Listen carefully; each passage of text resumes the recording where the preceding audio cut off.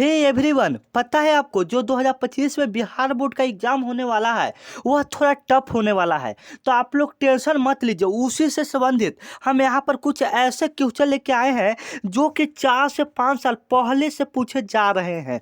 मतलब कहने का मतलब है जैसे में कि किसका तरंग सबसे अधिक होता है। मेरे कहने का मतलब है कि जो हम यहाँ पर प्रश्न आपको बताने वाले हैं वह 4 से 5 साल पहले पूछा जा चुका प्रश्न है और संभावित है कि 2025 में भी ये सब प्रश्न पूछ सकता है। तो जैसे में कि किसका तरंग सबसे अधिक होता है, तो आपको तो पता होगा तरंग का मतलब जो कलर, जो रंग आपको दूर से भी दिखाई दे दे उसका तरंग सबसे अधिक किसका होता है। तरंग का मतलब वह होता है कि जो कलर आपको दूर से भी दिखाई दे दे। तो ये चारों ऑप्शन में से कौन सा कलर आपको दूर से दिखाई दे देता है, तरंग का मतलब यह समझिए आप लोग, ठीक है। तो तरंग किसका सबसे अधिक होता है, तो लाल का। अगर लाल कलर को आप लोग देखेंगे तो आपको दूर से भी यह कलर दिखाई दे देगा। आप मतलब 5 किलोमीटर भी दूर रहेंगे ना, आप अपने घर से, जैसे कहीं पर टावर देखे होंगे, आपके घर से वो बहुत दूर रहेगा फिर भी आपको दिखाई देता है। क्यों दिखाई देता है, तो वह लाल, जो उस पर लाल बल्ब लगा रहता है छोटा सा, उसके कारण दिखाई देता है, मतलब लाल रंग के कारण दिखाई देता है। और टॉपर बनने के लिए, आप लोग की एक शायरी सुनाते हैं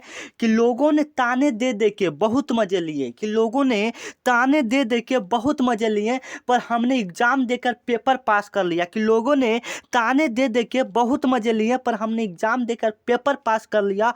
और जो टॉपर आने पर मजे लेने वालों और टॉपर न आने पर मजे लेने वालों, थोड़ा ध्यान से सुनो। अब ये बंदा हजारों टॉपर बनाने का शौक पाल लिया, तो मैं आप लोग का टॉपर बनाऊंगा। आप बस मेरे साथ जुड़े रहिए, ठीक है। मैं जितना भी क्लास करवाता हूँ आप लोग डेली मेरा क्लास करिए, और जो मैं लाइव क्लास स्टार्ट करने वाला हूँ तो आप लोग चैनल को भी सब्सक्राइब करके रखेंगे, ठीक है। तो हम क्या बताएं कि किसका तरंग सबसे अधिक होता है, तो लाल का बताएं कि जो कलर आपको दूर से भी दिखाई दे तरंग का मतलब एक तरफ से वही समझिए, ठीक है। और सबसे कम किसका होता है, तो सबसे कम जो होता है वह बैगनी का होता है। वो किसका होता है बाबू, बैगनी का होता है। अगर बैगनी को आप नजदीक से भी देखिएगा ना तो वह काला दिखाई देता है, ठीक है। इसलिए इसका तरंग बैगनी का तरंग क्या होता है, सबसे कम होता है। और सबसे अधिक किसका होता है, लाल का होता है। एक प्रश्न यहाँ पर क्लियर हो गया आपका, ठीक है। तो चलिए, और अभी आप हमारे व्हाट्सएप ग्रुप में जुड़ सकते हैं। मेरा व्हाट्सएप नंबर है 9334517119। यहाँ पर देख सकते हैं जो मेरा व्हाट्सएप नंबर आपको दिख रहा है, इस पर आपको हाई लिखकर मैसेज करना है एवं क्लास 10th लिखकर मैसेज करना है। दोनों लिखना, हाई एवं क्लास 10th। इधर से एक लिंक जाएगा, उस पर क्लिक करके आप लोग जुड़ जाइएगा, ठीक है। तो नेक्स्ट क्वेश्चन है कि चंद्रमा पर खड़े व्यक्ति को आकाश कैसा दिखाई देता है। क्वेश्चन बहुत ही टफ है। कह रहा है कि चंद्रमा पर खड़े व्यक्ति को आकाश कैसा दिखाई देता है। आप लोग को यह क्वेश्चन याद होगा क्योंकि यह क्वेश्चन बचपन से आप लोग याद करते आए होंगे, ठीक है। और यह क्लास 10th में भी यह क्वेश्चन पूछता है। चंद्रमा पर खड़े व्यक्ति को आकाश कैसा दिखाई देता है, आप लोग बताइए। तो जो चंद्रमा पर कोई व्यक्ति अगर खड़ा है तो वह आकाश को अगर देखता है तो उसको काला दिखाई देगा। कैसा दिखाई देगा, काला दिखाई देगा। क्यों दिखाई देगा, क्योंकि जो आकाश में चंद्रमा पर है वायुमंडल नहीं है। जो चंद्रमा पर है वहां पर वायुमंडल नहीं है, जिसके कारण से आकाश क्या दिखाई देगा, काला दिखाई देगा। अगर हम लोग पृथ्वी पर से आकाश को देखते हैं, मतलब हम लोग जो जहां पर रहते हैं पृथ्वी पर रहता है, अगर वहां से देखते हैं आकाश को तो हम लोग को कैसे दिखाई देगा, नीला दिखाई देगा, ठीक है। इसमें कोई भी प्रॉब्लम नहीं होना चाहिए मेरे प्यारे स्टूडेंट, ठीक है ना। चलिए, यह क्वेश्चन तो तरंग वाला करवा दिए। चलिए, नेक्स्ट क्वेश्चन है कि शरीर की सबसे बड़ी ग्रंथि होता है। कह रहा है कि शरीर की सबसे बड़ी ग्रंथि क्या होता है। तो देखिए, जो शरीर की सबसे बड़ी ग्रंथि होता है वो हमारा लीवर होता है। वो हमारा क्या होता है, लीवर होता है, जो कि ऑप्शन यहाँ पर नहीं दिया है, ठीक है। जो शरीर की सबसे बड़ी ग्रंथि होती है क्या होता है, लीवर, जो कि चारों ऑप्शन में से नहीं दिया है कि लीवर ऑप्शन, ठीक है। कोई नहीं यहाँ पर हो जाएगा क्योंकि लीवर तो देना ही है, दिया नहीं। अगर देखिए एक ऑप्शन में और दिया रहता है, ठीक है, लीवर नहीं तो यकृत दिया रहेगा। क्या दिया रहेगा, यकृत। देखो लीवर को हम लोग बाबू इंग्लिश बोलते हैं, यकृत इसका क्या हो जाता है, हिंदी हो जाता है, ठीक है। शरीर की जो सबसे बड़ी ग्रंथि वो लीवर है, चाहे यकृत भी बोल सकते हैं, हिंदी इंग्लिश दोनों है। लीवर है से इंग्लिश है और यकृत है से क्या है, हिंदी है, ठीक है ना। चलिए, नेक्स्ट क्वेश्चन है कि भोजन का पूर्ण पाचन कहाँ होता है। ये भी बहुत ही टफ क्वेश्चन है, ये भी 3-4 साल से पूछा जा रहा है कि भोजन का पूर्ण पाचन कहाँ होता है। तो देखिए, जो भोजन का, अगर हम लोग भोजन करते हैं तो शरीर में भोजन का पूर्ण पाचन कहाँ होता है, तो पूर्ण पाचन कहाँ होता है आप लोग को पता होगा कि जो हम पूरा भोजन करते हैं वह कहाँ जाकर पचता है, तो वह हमारा छोटी आंत में पचता है। छोटी आंत का कहाँ में पचता है, तो इलियम में पचता है। कहाँ में पचता है बाबू, इलियम में पचता है, ठीक है। जो छोटी आंत में भोजन है वह कहाँ में पचता है, तो इलियम में पचता है, ठीक है। भोजन का पूर्ण पाचन कहाँ होता है, इलियम में होता है, ठीक है। इलियम में होता है, आप लोग याद रखेंगे, ठीक है। छोटी आंत जो हमारे शरीर का भोजन का पूर्ण पाचन होता है वो छोटी आंत के कहाँ पर होता है, इलियम में होता है। देखिए, छोटी आंत के भी 3 भाग होते हैं, इलियम, जेजुनम, ये सब होता है, ठीक है ना। चलिए, तो ऑप्शन जो दिया रहे छोटी आंत दिया रहता है ज़्यादा, तो छोटी आंत हो जाएगा, ठीक है ना। चलिए, नेक्स्ट क्वेश्चन है कि खून का पीएच मान कितना होता है। बहुत ही इंपॉर्टेंट एवं बहुत ही वायरल प्रश्न है कि जो खून का पीएच मान होता है वह कितना होता है। तो देखिए, जो खून का पीएच मान होता है वह 7.4 होता है, ठीक है। 7 पॉइंट कितना होता है, 4 होता है। आप लोग याद रखेंगे 7 पॉइंट क्या होता है, 4 होता है।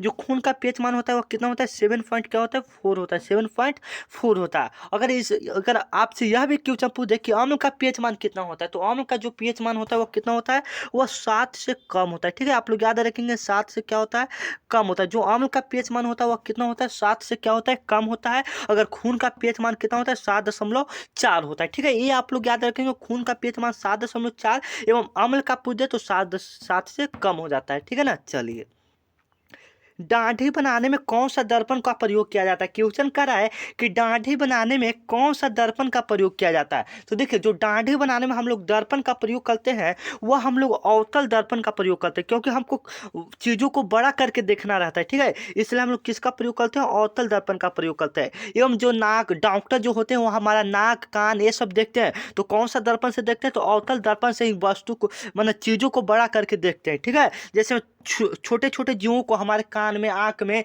नाक में छोटा छोटा जीव रहता है, उसको बड़ा करके देखने में अवतल दर्पण का ही प्रयोग किया जाता है, ठीक है ना। आप लोग याद करेंगे। दूर, एक मिनट, दूर दृष्टि दोष किया जाता है, मतलब कहना है कि दूर दृष्टि अगर किसी व्यक्ति को हुआ है तो दूर कैसे किया जा सकता है। तो यदि किसी व्यक्ति को दूर दृष्टि दोष हुआ है तो अगर वह उत्तर लेंस के चश्मा का प्रयोग करता है, अगर वह उत्तर लेंस के चश्मे का प्रयोग करता है तो दूर दृष्टि दोष को दूर किया जा सकता है, ठीक है। दूर को उत्तर से और निकट रहेगा, तो निकट किसी व्यक्ति का अगर दृष्टि दोष हुआ है तो किस लेंस का चश्मा का प्रयोग करेगा, तो अवतल लेंस के चश्मे का प्रयोग करेगा, ठीक है। अगर निकट हुआ है तो किसका प्रयोग करेगा, अवतल का। अगर दूर हुआ है तो किसका प्रयोग करेगा, उत्तल का, ठीक है। आप लोग याद रखेंगे। चलिए, नेक्स्ट क्वेश्चन है कि एक मिनट, एक मिनट, एक मिनट, आँख में कौन सा लेंस पाया जाता है। कह रहा है कि आँख में कौन सा लेंस पाया जाता है, आँख में कौन सा लेंस पाया जाता है। तो देखिए, जो हमारे आँखों में पाया जाता है वह उत्तल लेंस पाया जाता है। वो कौन सा लेंस पाया जाता है, उत्तल लेंस पाया जाता है। अब उत्तल लेंस से जो हमारे आँख में प्रतिबिंब बनता है वो कैसा बनता है, तो वह काल्पनिक एवं उल्टा बनता है। जो हमारे आँख में इसका प्रतिबिंब बनता है वह काल्पनिक एवं उल्टा बनता है। काल्पनिक एवं क्या बनता है, उल्टा बनता है, ठीक है ना। मेरे पास डिजिटल बोर्ड है, नहीं है तो क्या हुआ, अब पर आपको हम इतना अच्छा से समझा देंगे ना कि आपको फिर ये कहीं पढ़ने की जरूरत नहीं पड़ेगा, ठीक है ना। तो आंखों में कौन सा लेंस होता है, तो उत्तल लेंस होता है। उत्तल दर्पण द्वारा, उत्तल लेंस द्वारा बना प्रतिबिंब कैसा होता है, काल्पनिक एवं क्या होता है, उल्टा होता है, ठीक है ना।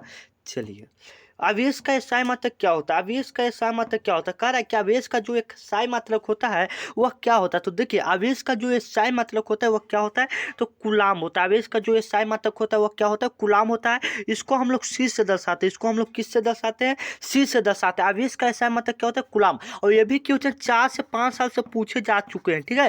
ये भी जो क्वेश्चन है 4-5 साल पहले ही पूछा जा चुका है। जैसे में एक क्वेश्चन, एक मिनट, क्वेश्चन बैंक से देख लेते हैं कब का है। हाँ, तो ये क्वेश्चन देखिए 2014 में भी ये क्वेश्चन पूछा गया था, 2014 में भी, 2019 में भी यह क्वेश्चन पूछा गया है एवं 2015 में भी यह क्वेश्चन पूछा गया है। बताइए आप लोग, और संभावित है कि 2025 में भी यह क्वेश्चन पूछ सकता है, ठीक है ना। तो अब इसका एसआई मात्रक क्या होता है, कुलाम होता है, ठीक है, सी से दर्शाते हैं। और अगर यही पूछ दिया जाए कि एम्पियर किसका होता है, तो विद्युत धारा का एसआई मात्रक क्या होता है, एम्पियर। ये सब तो आप लोग जानते हैं, एसआई मात्रक तो आप लोग विद्युत धारा वाला चैप्टर से याद किए होंगे, ठीक है। चलिए, कह रहा है कि विद्युत धारा के एसआई मात्रक क्या होता है। देखिए, अभी हम पिछली बार बात कर रहे थे, तो विद्युत धारा के एसआई मात्रक एम्पियर होता है। इसमें तो कोई प्रॉब्लम नहीं होना चाहिए। इससे हम लोग ए से सूचित करते हैं, ठीक है। एम्पियर को हम लोग किससे सूचित करते हैं, ए से सूचित करते हैं। और हमारा नाम भी किससे स्टार्ट होता है, ए से ही स्टार्ट होता है, ठीक है। तो आप लोग टेंशन मत लीजिए। चलिए, मैग्नीशियम का सूत्र क्या होता है, कह रहा है कि मैग्नीशियम का जो सूत्र होता है वह क्या होता है। तो देखिए, जो मैग्नीशियम का सूत्र होता है वह Mg होता है। वह किस क्या होता है, Mg होता है। मैग्नीशियम का सूत्र Mg होता है। अगर आपको नहीं पता है तो अभी से याद कर लेंगे, ये भी क्वेश्चन पूछता है, ठीक है ना। और ये भी 4 से 5 बार पूछा गया है कि मैग्नीशियम का सूत्र क्या होता है, तो Mg होता है। और Ag किसका है, तो Ag चांदी का है। Fe किसका है, Fe लोहा का है, ठीक है। Fe किसका है, लोहा का है। Au किसका है, सोना का है, ठीक है। सभी का याद करेंगे। Ag किसका है, चांदी का है। Fe किसका है, लोहा का है। Au किसका है, सोना का है। Mg किसका है, तो मैग्नीशियम का है, ठीक है ना। चलिए, एक मिनट, कह रहा है कि सोना का संकेत क्या होता है, पूछ रहा है कि सोना का संकेत क्या होता है। तो देखिए जो सोना का संकेत होता है वो हमारा AU होता है, अभी हम पीछे बताएं।